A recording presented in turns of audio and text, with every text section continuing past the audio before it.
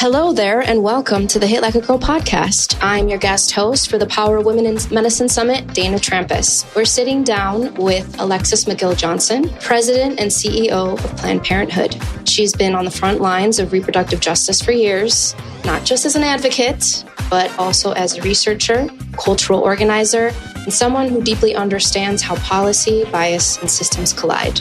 She's led Planned Parenthood through some of the most turbulent chapters in recent history, but she's here with us now in Chicago. Welcome to Chicago, Alexis. Thank you for having me, Dana. I'm very excited to be here. We are so excited to have you here, and we're here at a moment when millions of patients and providers are facing yet another wave of uncertainty.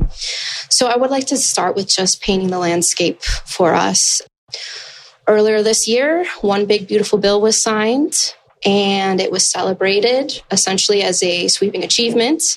But we saw tucked inside that was a provision that allowed the federal government to basically kick Planned Parenthood out of getting Medicaid. And your awesome team briefed me about the recent appeal with the First Circuit Court that kind of let that provision go into place. So I want to know from your perspective, what does this really mean for Planned Parenthood and for the communities that you're serving right now? I think that's the most important point, Dana, the last part of your question. What does this mean for the patients, right? This is not a big, beautiful bill. It was a big betrayal of a bill of unimaginable cruelty, right? Not a sweeping achievement, but one that really is designed to take away access to healthcare for low-income Americans across this country and essentially use those resources to give tax breaks to billionaires. So I want to make sure that your folks know that however this administration is touting this policy passage, it fundamentally undermines the healthcare structure and system that we are in, furthering a health crisis that we know has been going on at least since COVID and Dobbs. So for Planned Parenthood, there was a provision that, quote, defunded Planned Parenthood. And what that means, Planned Parenthood, there's no line item in the federal budget for Planned Parenthood. Planned Parenthood providers, just like every other provider in this country, deliver services to patients and then submits for reimbursement through programs, health insurance programs like Medicaid, right, which is the government's largest program for low-income Americans. Because Planned Parenthood proudly provides abortion and advocates for abortion rights, there was a provision that was designed to, in very specific writing, not actually even naming Planned Parenthood, but designed to essentially say any provider who provides abortion at this and also receives this level of threshold of Medicaid dollars can no longer receive access to Medicaid. So essentially it was a backdoor abortion ban. It was, really designed in ways that are going to hit the health centers in states that do have abortion access. And I think in many ways we see this as a backdoor abortion ban. How are the staff and clinics adapting in real time? What do we do now? How are they adapting in real time? It's whiplash, right? I think this has been the world since the Dobbs decision, or really even we go back the decade beforehand when we saw so many attacks on abortion access through those targeted restrictions state by state. One day, you wake up in New York City or in Chicago and you have a right to get access to abortion care in your state. And then you travel, in my case, see my family in Georgia, and no longer the right exists. And because of the constant state of policy enactment and then litigation to stop these bad policies from going into effect while we, deliberate, it means that one day a provider can have a time-sensitive appointment to get the care that you need, and you are moving through that process, and then something could happen where the injunction is lifted and you no longer can, right? So it is, I think that's part of the chaos, and that chaos is part of the strategy, right? The confusion is part of the strategy. It's to keep the providers destabilized.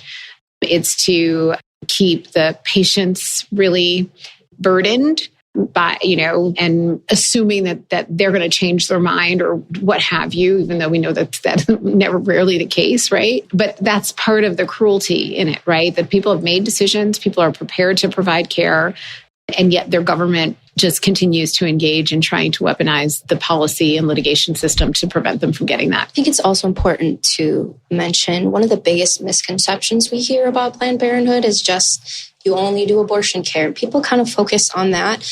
But the truth is that for so many people, it's their primary access point for all kinds of basic health services. So what's something about patients that maybe would surprise most people that they don't know or don't understand? Well, I think you're right. Planned Parenthood is sometimes the first point of entry into the healthcare system, period, right? In many communities, the majority of Planned Parenthood health centers are in medically underserved or rural communities. And so just the existence of a Planned Parenthood, a place where you can go and get just accurate, trusted information, care that's provided with dignity, that everyone deserves. That's what Planned Parenthood means in community for so many people. Now, you may be coming to Planned Parenthood because you want access to contraception. You may need a wellness exam or STI testing and treatment or gender affirming care, or you may need access to abortion, right? And Planned Parenthood proudly provides abortion where it is able to do so. So we try not to, we don't separate out the care that people believe is the only care that we need, because we also want people to understand that we believe abortion is healthcare, and that separating that out just re-stigmatizes that in our minds. And it's really important for people to know that. So I'm very proud of just being in these conversations, being here today. I can't tell you how many people have come up to me personally to say what Planned Parenthood has meant to them in their life or in their friend's life or their family's life. And so I think that 1 in 3 women has been to a Planned Parenthood in their lifetime. That all of us have been affected. We have hands raising in the room. Yes. That's right. You have led Planned Parenthood through quite a lot of crises, the pandemic, what's happening right now. Yet you still show up with compassion, strategy, ready to fight. What advice or what would you tell others about how to lead through moments of what we're going through right now, where the stakes are high, because we're seeing it across the entire country, where these acts and laws are coming into place that are devastating people. So others out there, if you're listening, what's some advice that you can give them? How do you kind of keep fighting with compassion? Oh my goodness. Well, the compassion comes from the mission, right? It's who we serve, why we serve, what we fundamentally believe, right? Is that our lives depend on our ability to have bodily autonomy. Our self-determination depends on whether or not we can make basic decisions around if, when, and how we become parents. And so there's just a level of dignity. There's a level of empowerment. There's a level of agency that I see every time someone walks into a Planned Parenthood health center, right? They are taking charge of who they want to be, their future, and their lives. So that is just inherently motivating, and I see it in the providers, right? Who walk through the protesters, who guide their patients through the protesters, who endure screaming while they're trying to have confidential, conversations with their patients. And they do it with such grace and without judgment, and they do it with compassion. And I think that really is incredibly powerful too. Hopelessness itself is a luxury. I was raised by the movement. So I have to believe that our responsibility to furthering sets of freedoms for folks depends on us staying compassionate and thoughtful in this moment. And so I try to pass that on as much as possible. And I try to hold those of us who came of age after movement fights, like after 1973, when Roe v. Wade became the law of the land. Those of us who were born into an era where, our rights were supposed to be guaranteed. Our job was to go earn them. I try to instill in everyone, particularly in this moment, that, movements are never settled, our rights are never guaranteed, and that we cannot take them for granted because, when we do, we end up in places like we are today. You mentioned the word hope. In your recent statement on the defunding ruling, you called it a blow, but you also said the fight isn't over. Hope is a strategy, not a feeling, right? And what's giving you hope right now? Are there any stories or communities that are kind of fueling your determination right now? Hope is hard. I think we think of hope and it fills us with oh, I hope I get, into that program, or I hope I get able to see my mom at the end of the day. Hope is I'm getting in a car and I'm driving 18 hours to get from Texas to Colorado. Hope that there is someone there to greet me and help me get the care that I need. Like, hope is resistance. It is defiance. It is saying someone that you are in a circumstance that you want to change and you need literally an infrastructure of hope to help you get there. And so I think I am energized by the stories I hear every day of people on journeys to get their care, whether it's abortion care, whether it's gender affirming care, whether it's basic access to contraception, which is also under attack, and the stories of those folks who are working to provide them.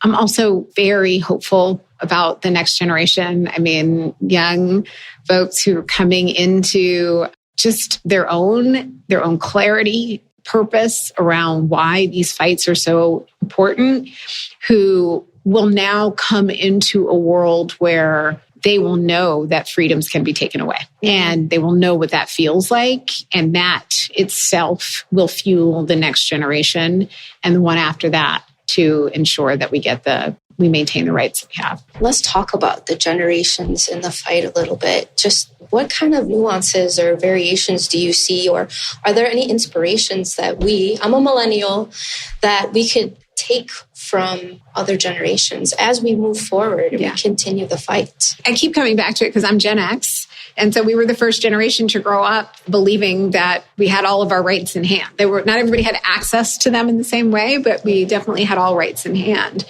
And I think we dropped the ball. I think we believed that progress means that you're constantly going forward and that it doesn't mean that you don't go backwards. And so I think that this next generation, they will have much more access, obviously, than we did around technology, around access to information, which can be good or bad, in terms of the kind of mis and disinfo that's out there, but that they're more connected in ways that other generations weren't.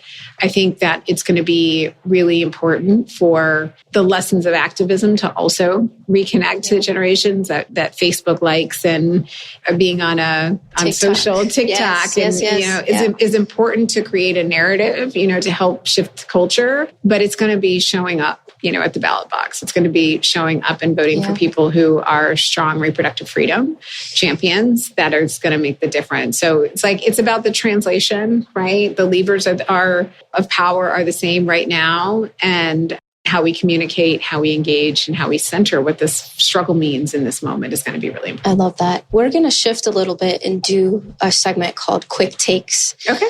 It's a lightning round of questions. There's no wrong answers to this. Just what's the first thing that comes to your mind? What's one myth about Planned Parenthood that you are so sick of hearing? I am so sick of hearing that Planned Parenthood is controversial. There is this horrible false equivalence that has taken over journalism, in this moment where it's always about both sides, right? And it's highly polarized. The majority of Americans support Planned Parenthood and they support the access to reproductive freedom in every single state. And the more we keep saying there is this equal opposition, we are diminishing the fact that a wide majority of people love, respect, and honestly don't care what you do with your body. They believe it's your right. I love that. A moment of micro joy you've experienced recently that reminded you why you keep going? Micro joy. Yeah, something little. Right? Because it's so important for us to, amidst all of what's going on, to just find some little joy. A little joy. Okay, where are you finding your little joy? In the Brussels sprouts that I had last night. They were so good. They were so good.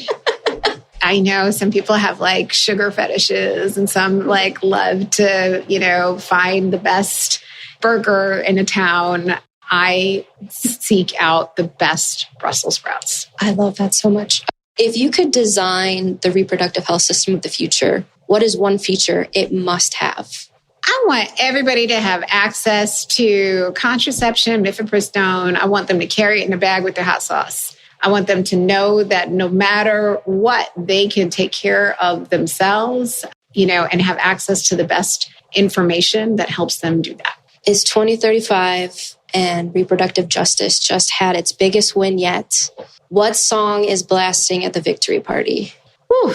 Well, it means that we are back in the Constitution, first of all, right? Codified rights, bodily autonomy, a gender justice framework. So I'm going to have to go with...